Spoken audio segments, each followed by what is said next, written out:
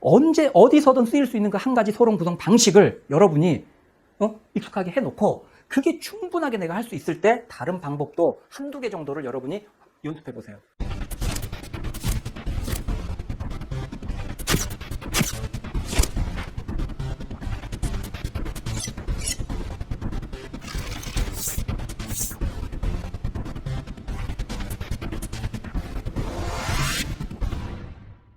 그렇다면 일반적으로 서론은 어떻게 시작하는가 이 부분을 한번 생각해 보죠.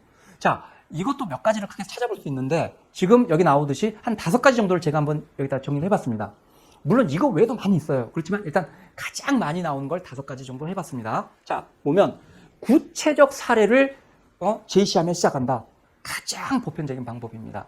자, 뭐냐? 그 쟁점과 관련된 구체적인 어떤 사건, 사고, 어떤 이슈 이런 것들을 앞에다 던져주면서 하면 사람들이 아 맞아 이런 일이 있었지 라고 쉽게 떠올릴 수 있겠죠. 그러니까 그런 가장 그걸 시작하면서 문제 제기하고 본론으로 넘어가는 방법이죠.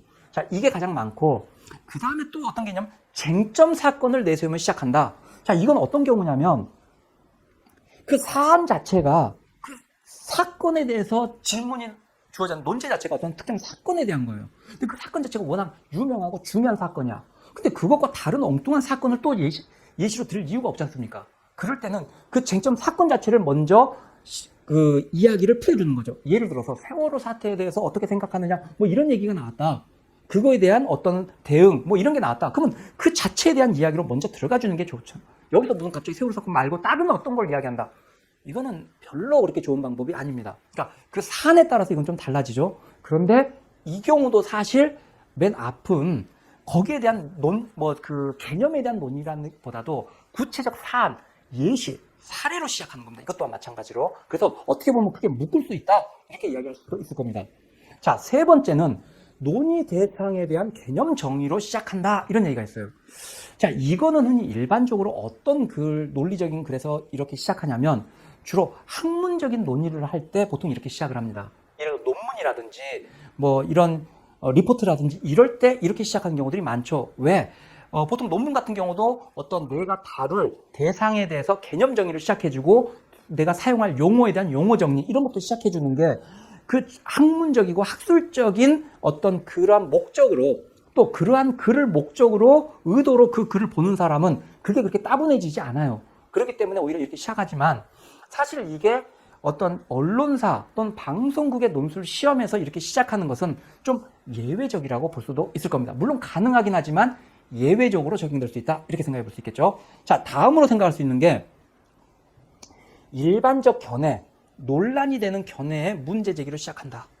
자, 이런 건 어떤 게 있을까요? 예를 들면 뭐 한번 국가 개인의 관계 뭐 이런 걸 한번 생각해 보죠.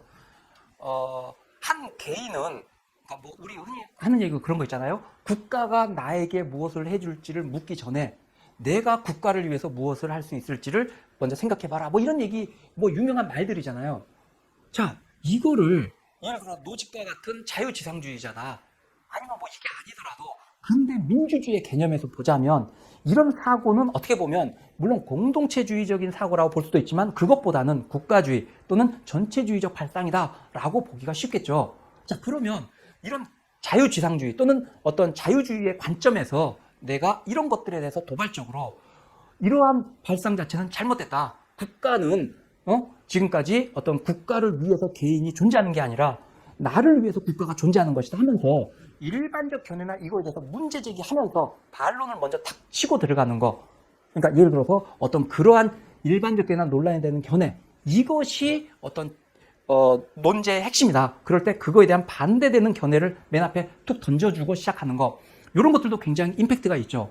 그 다음에 또 특히 이거는 어떤 게 있냐면 상당히 도발적이죠. 맨 처음부터 일반적으로 사람들이 알고 있는 상식 또는 일반적 견해에 대해서 반박하고 또 그것을 아주 뭐라 할까요? 아주 신랄하게 비판하면서 시작을 하거든요. 그러니까 굉장히 도발적이고 도전적인 글이에요.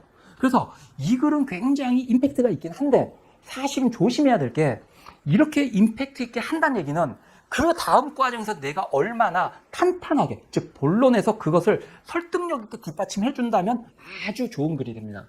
그런데 앞에다가는 임팩트 강하게 딱 나가는데 뒤에 실제 본론에서 내용 자체가 그렇게까지 강한 설득력이 없다. 그럼 이건 용두사미가 돼버립니다.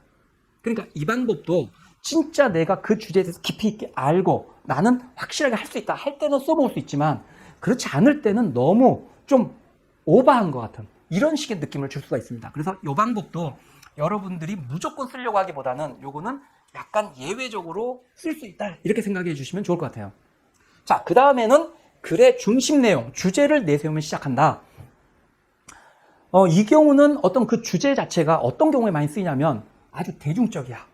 지금 많이 알고 있어. 그래서 궁금한 게 뭐냐면 여러분의 생각이 뭔지를 알고자 하는 게 제일 지금 중요한 가장 민감한 부분이고 중요하게 사람들이 관심이 가는 거다. 이렇게 할 때는 오히려 그걸 맨 앞에다 탁 쳐져 버리는 거죠. 근데 그렇지 않은 경우는 이게 갑자기 툭 튀어나왔을 때 생뚱맞게 느껴질 수도 있습니다. 그렇기 때문에 이것도 무조건 쓸 수 있는 건 아니다. 그러니까 경우에 따라서 여러 가지를 쓸 수 있다. 이거는 우리가 이제 여기서 볼 수 있겠죠. 자, 그런데 우리 지난번 본론 구성할 때도 말씀드렸지만 이 모든 것들을 내가 다 이해하고 그때그때 다 써먹는다. 너무 어려워요. 여러분들이 실제 그렇게까지 하기에는 머리가 막 진짜 힘들 거예요. 그래서 그렇게 하지 말고 가장 보편적으로 쓰일 수 있는 가장 기본적인 서론 구성 한 가지를 일단 여러분이 익숙하게 해주시라는 얘기예요. 한 가지가 언제 어디서든 쓰일 수 있는 그 한 가지 서론 구성 방식을 여러분이 익숙하게 해놓고 그게 충분하게 내가 할 수 있을 때 다른 방법도 한두 개 정도를 여러분이 연습해 보세요. 그런데 기본이 안 된 상태에서 나머지 것만 하다 보면 그러한 문제 유형이 나왔을 때는 여러분의 글이 좋을지 모르겠지만 좀 다른 데 나와버릴 때 여러분들은 굉장히 힘들어질 수 있어요. 그래서 가장 기본적인 어떤 서론의 구성 한 가지를 익숙해지라는 거죠. 자, 그거는 뭐냐? 지금 아까 말한 1번이 되겠죠. 어떻게? 구체적 예시로 시작하는 방법입니다. 자, 그럴 때 이 서론 구성을 어떻게 하느냐? 이제 조금 더 구체적으로 들어가 보죠. 구체적 예시로 시작하는데 실제 서론이 아까 말씀드리기를 서너 줄 정도로 짧은 문장이래요. 그럼 이걸 어떻게 구성해 주냐? 이거를 뭐 한 문장으로 연결시킬 수도 있지만 저 같으면 그 세 문장으로 구분해서 볼 수 있을 것 같아요. 하나는 예시 자체를 들어주는 겁니다. 최근에 어디에서 어떤 일이 일어나서 그것이 우리 사회에 어떤 큰 충격을 주었다. 뭐 아니면 어떤 사건이 벌어졌다. 하고 사람들이 그 사건 예시, 맞아요. 참 이런 게 있었지. 라고 떠올리게 해주시는 거예요. 자, 그 다음에 근데 그 사건을 의미부여해 주는 거죠. 의미부여라는 것은 근데 그 사건은 이 쟁점, 주제 있잖아요. 이것과 연관시켜서 어떤 의미를 지닌다. 라고 문장으로 끝내주고 그 다음에 따라서 이 문제, 즉 여기서 말했던 쟁점과 연관시켰잖아요. 그 다음에 그 쟁점, 주제를 살펴볼 필요가 있다라든지 이런 식으로 문장을 크게 세 부분으로 서론도 생각을 해보시면 가장 무난한 방법이 될 겁니다. 자, 그럼 이 세 부분을 하나하나 살펴보죠. 먼저 예시 부분입니다. 아까도 말씀드렸듯이 예시는 많은 설명이 필요한 낯설고 복잡한 사례를 하지 않는 게 좋습니다. 오히려. 그리고 사람들이 쉽게 이해할 수 있도록 유명한 사례를 써주시고 그 다음에 진부하지 않고 흥미를 끌 수 있는 신선한 사례 이런 것들을 좀 더 생각해 보시기 바란다는 얘기입니다. 뭐 이건 더 설명드릴 건 없을 것 같고 자, 의미부여 이거는 앞서 말한 예시를 쟁점, 주제와 관련 지어서 이것이 어떤 의미를 지닌다라고 그것에 의미부여를 해주는 거죠. 자, 그래서 이게 끝났다. 그러면 문제 제기. 자, 서론을 마무리 지으면서 본론 논의의 필요성을 제시하는 겁니다.